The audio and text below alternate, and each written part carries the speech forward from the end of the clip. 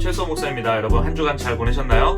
자, 오늘은 10계명 중 5계명 내 부모를 공경하라인데요. 지금까지 1계명부터 4계명이 하나님께 대한 계명이었다면 5계명부터 10계명까지는 이제 사람과 사람 사이의 계명입니다. 그 중에 약속 있는 첫 계명, 이 말씀의 의미를 좀 살펴보도록 하겠습니다. 우선 이 공경하라라는 단어의 의미를 좀 살펴볼게요. 한글 사전으로는 공손히 받들어 섬기다, 한자 뜻으로는 정중하고 예의 바르게 받든다라는 뜻이 담겨 있거든요. 그런데 이것만으로 이 성경에 쓰인 공경이라는 단어의 모든 의미를 다 발견할 수는 없죠. 이 성경에 쓰인 히브리어로 이 공경이 카베드라는 단어인데, 이게 좀 무겁다, 비중 있게 생각하다, 중요하게 여기다 라는 뜻을 담고 있어요. 자, 그런데 이 카베드라는 동사가 명령형으로 쓰인 경우, 그러니까 누군가 무겁게 여기라 라고 명령한 경우에 구약 성경은 오직 4번밖에 안 쓰였는데 그 중에 2번이 하나님께 쓰였고 2번이 부모에게 쓰였습니다.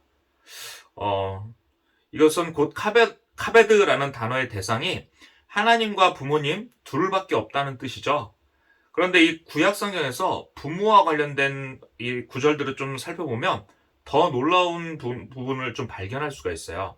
레위기 19장 3절 말씀에 보시면 너희 각 사람은 부모를 경외하고 나의 안식일을 지키라. 나는 너희 하나님 여호와이니라 라고 말씀하고 있는데, 너희 각 사람은 부모를 경외하고 라고, 이 경외, 이 히브리어 단어가 원래는 하나님께만 쓰이는 단어잖아요. 그런데 부모에게 경외하라 할 때 자신과 동일한 단어를 하나님께서 직접 선택해서 사용하셨다는 사실이에요. 자, 곧 경외하라는 대상이 하나님과 부모, 둘밖에 없어요. 그러니까 부모가 하나님과 거의 동격으로 쓰이고 있다는 거죠. 이제 조금 심각해집니다. 왜 이렇게 하나님께서 부모의 권위를 높이셨을까? 갑자기 부모님께 잘못한 거 생각나시는 분이 있다면 빨리 회개하시기 바래요. 자, 이제부터 왜 이렇게 부모의 권위를 높이셨는지 말씀드리도록 하겠습니다. 자, 바로 이 하나님의 세우신 권위에 순종하라라는 거예요.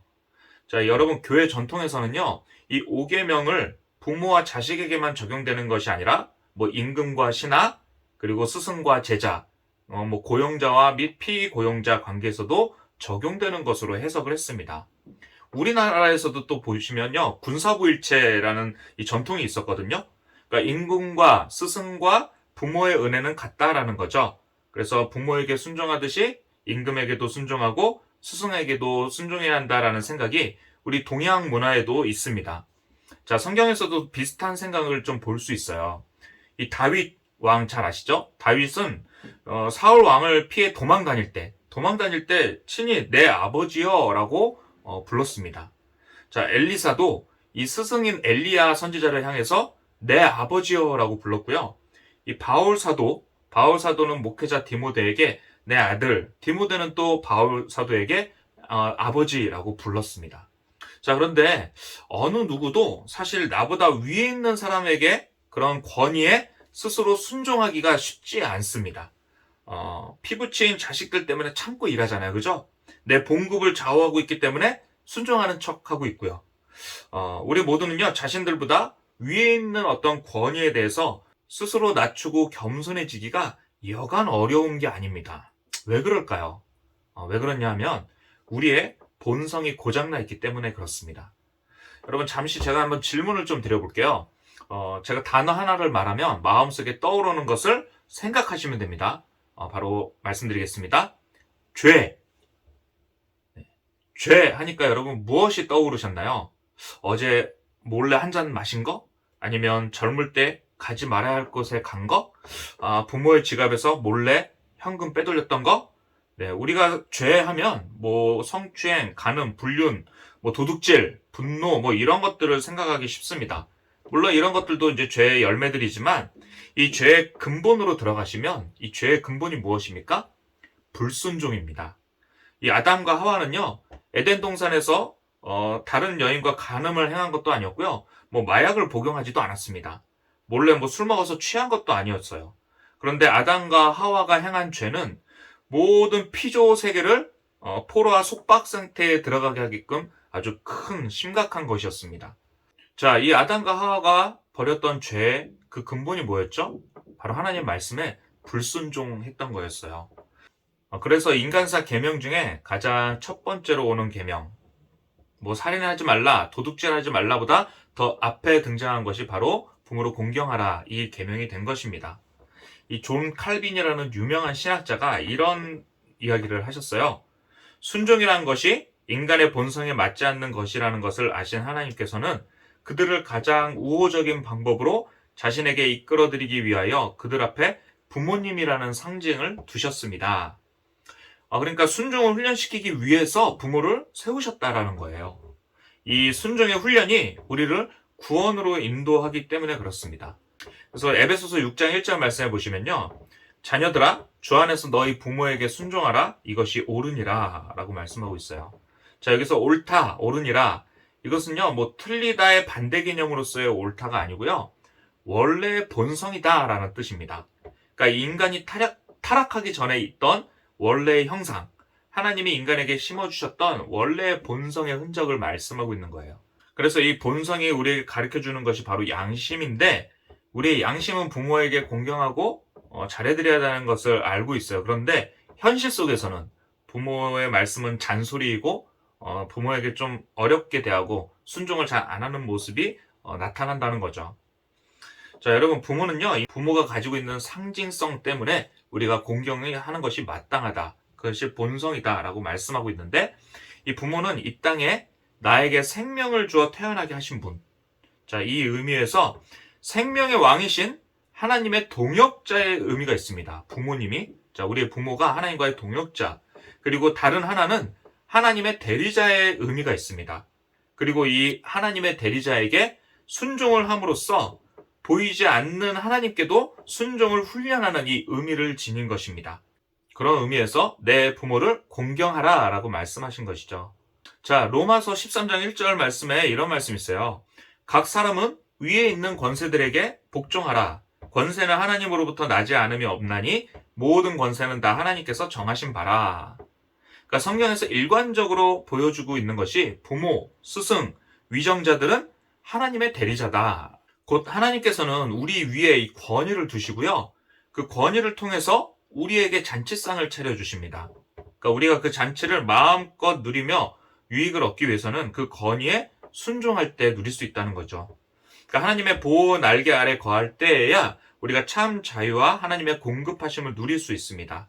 그래서 하나님이 세우신 권위를 벗어나면요, 뭐 마음껏 자유를 누릴 수 있을 것 같지만 집을 떠난 탕자의 마음과 같이 결국에는 방탕과 죄와 허무만이 남을 뿐이죠. 그래서 하나님이 세우신 권위에 순종할 때 세상이 줄 수 없는 참 자유와 안전을 누릴 수 있고요. 또 하나님께서 미리 예배해 놓으신 축복을 누리는 그 문으로 들어갈 수 있게 되는 것입니다.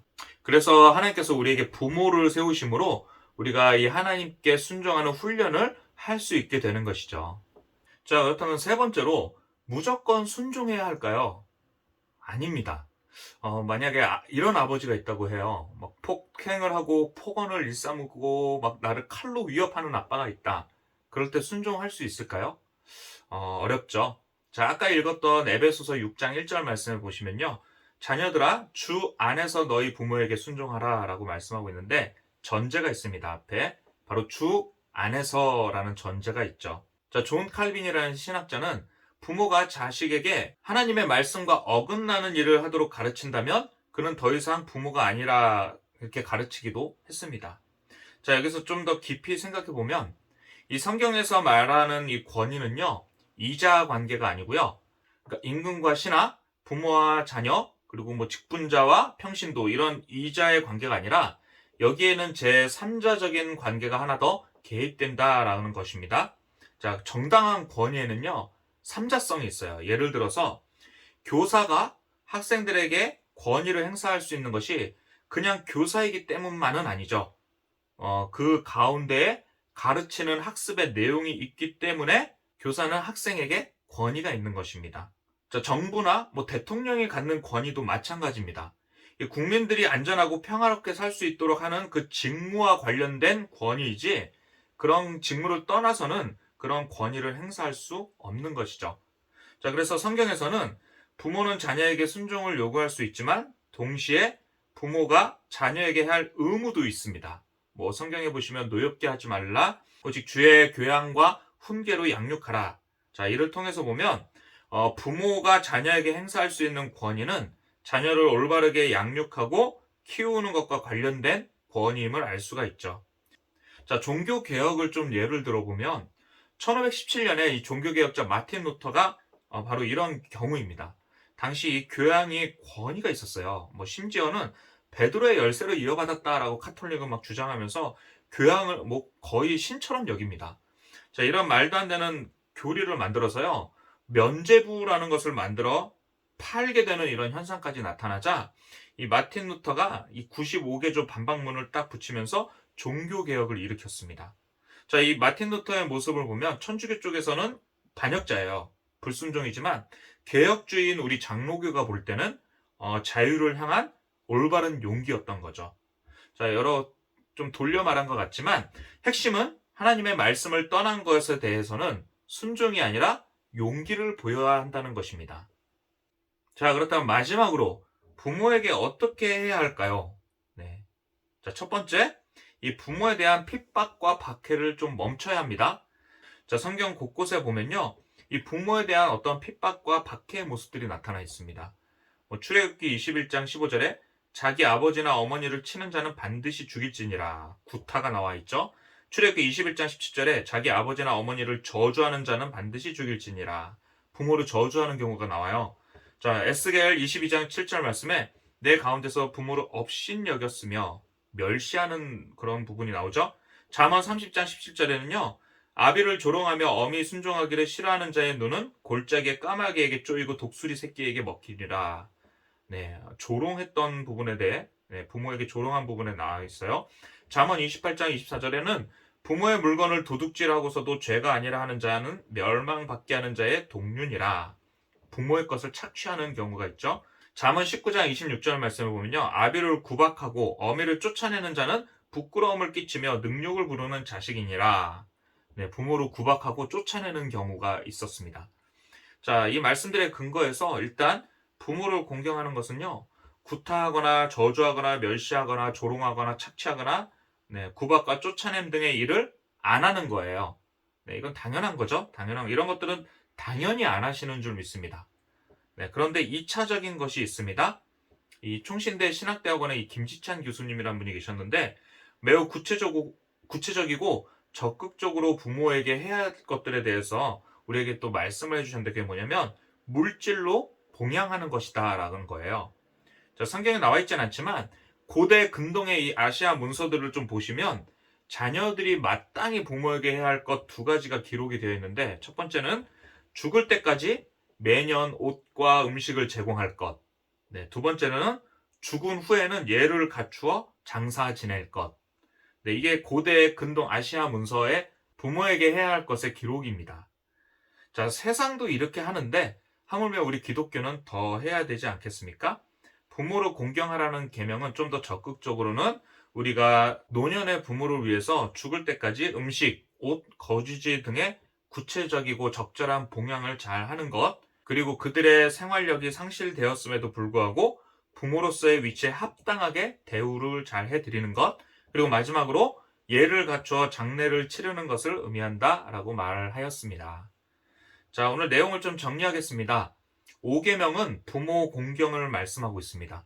하나님께서는 이 부모에게 공경하라는 단어를 유일하게 자신에게 쓰는 단어로 표현하심으로써 부모로 공경하는 것을 자신에게 하는 것과 동급으로 여기십니다. 자, 그 이유는요, 불순종에서 순종의 자녀로 돌아가는 것이 기독교인데 이 부모를 통하여서 그것을 훈련할 수 있기 때문에 그렇습니다. 또한 이는 단순히 부모 공경에만 머물지 않고요, 이 바울의 적용에서 좀 보는 것처럼 이 부모의 범위가 넓은데 자녀는 부모를 존경하고 아래에 있는 사람은 윗사람을 존경해야 합니다. 그리고 여기서는 뭐 일반적인 존경이 아니라 상호 책임이 함축되어 있습니다. 그러니까 부모는 자식에게, 고용주는 피고용자에게, 선생은 학생에게 사랑과 관심과 가르침과 이런 책임들을 다 해야 합니다. 자, 그리고 마지막으로는 부모를 적극적으로 공경하는 방법으로 뭐 구타, 저주, 멸시, 조롱, 착취를 그치고 적극적으로 물질로 봉양하면서 노년의 부모에게 예를 갖추어 대우하고 장례까지도 잘 치러드리는 것. 네. 바로 이것이 부모를 공경하는 것의 의미로 쭉 말씀을 드립니다. 네, 이 강의를 들으시는 여러분 모두가 인간의 계명으로는 약속 있는 첫 계명, 이 부모를 공경함으로써 이 땅에서 잘 되시고 장수하고 생명이 길게 되시길 주님의 이름으로